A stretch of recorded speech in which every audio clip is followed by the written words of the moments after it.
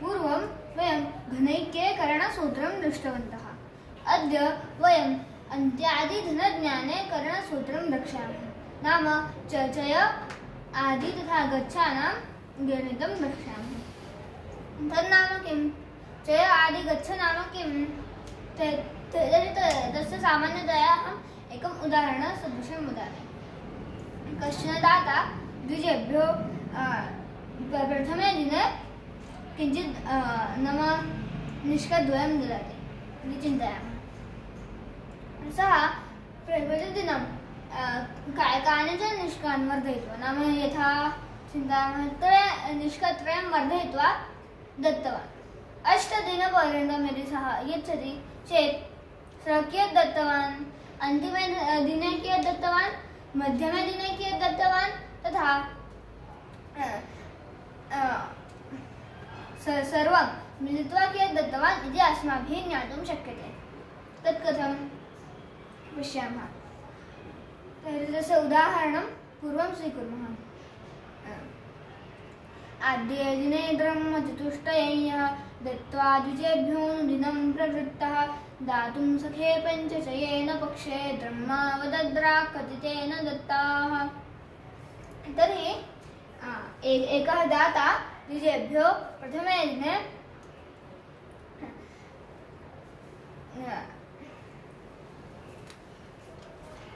चत्वारि निष्कं दत्तवान्। आद्ये दिने ब्रह्मचतुष्टयं यः अस्य मुख इति संज्ञा भवति। आदेः आदिधनस्य एतत् आदिधनम् इति अपि कथितुं शक्यते। यत् पूर्वं यच्छामः वा तद् भवति तस्य आदि अथवा मुख इति संज्ञा, आदिधनम् अथवा मुख इति संज्ञा। तत्पश्चात् चयः,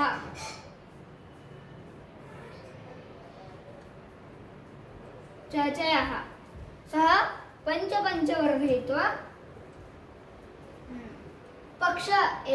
पक्षपर्यन्तम् अयच्छत्, नाम अर्धमास। अस्य गच्छ अथवा पद इति संज्ञा। तर्हि सः कियत् धनं दत्तवान्? तर्हि अत्र सूत्रं पश्यामः। वेकपदघ्नचयो मुखयुक्तात् अन्त्यधनं मुखयुग्दलितं तत् मध्यधनं पदसङ्गुणितं तत् सर्वधनं गणितं च तदुक्तम्। अत्र सः भास्कराचार्यः वदति वेकपदघ्न एतस्य पद इति अपि संज्ञा।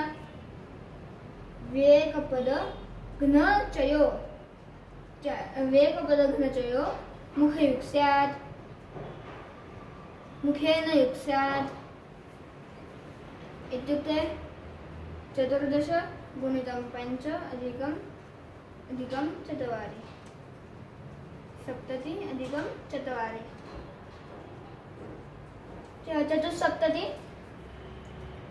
वेकपदघ्नचयो मुखयुक्तात् अन्त्यधनम् एतत् अन्त्यधनं लब्धम्।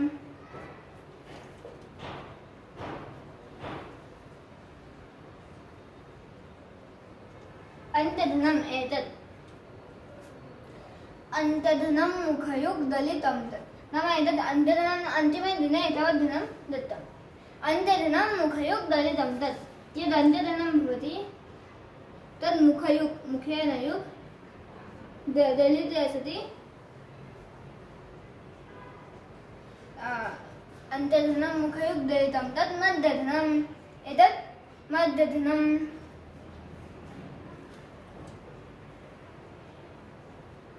एतत्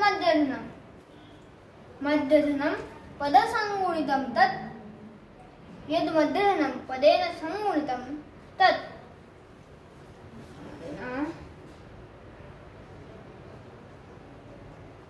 मध्यधनं गच्छेन सङ्गुणितम्। मध्यधनं पदसङ्गुणितं तत् सर्वधनं गणितं च तदुक्तम्। तत् सर्वधनम् अथवा गणितम् अपि उच्यते।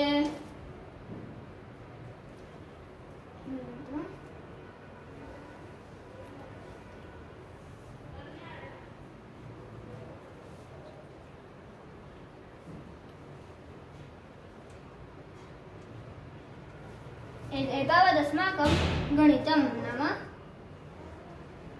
सर्वधनं लब्धम्। अस्य द्वितीयमपि उदाहरणमस्ति, तदपि पश्यामः।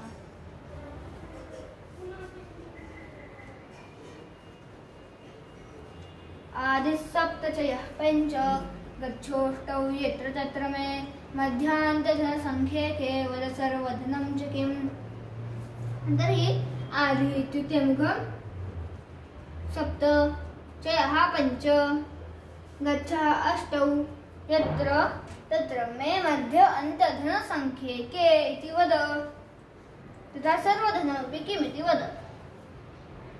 अत्र व्येकपदघ्न चयो अस्मिन् मुखं युक्तं व्येकपदघ्न चयो मुखयुक्तात् इत्युक्ते 7 गुणितं 5 अधिकं 7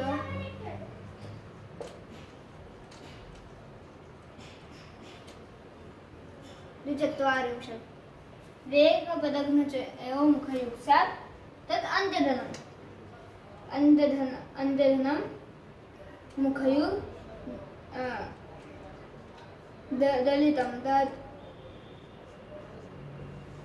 एतत् मध्यधनं पदसंगुणितं तत्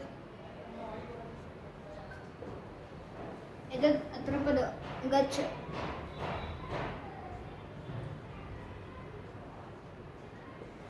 सर्वधनं लभ्यते, एतत् गणितमपि उच्यते। तर्हि वयम् अग्रिमपर्याये चयज्ञाने करणसूत्रं द्रक्ष्यामः। नमो नमः।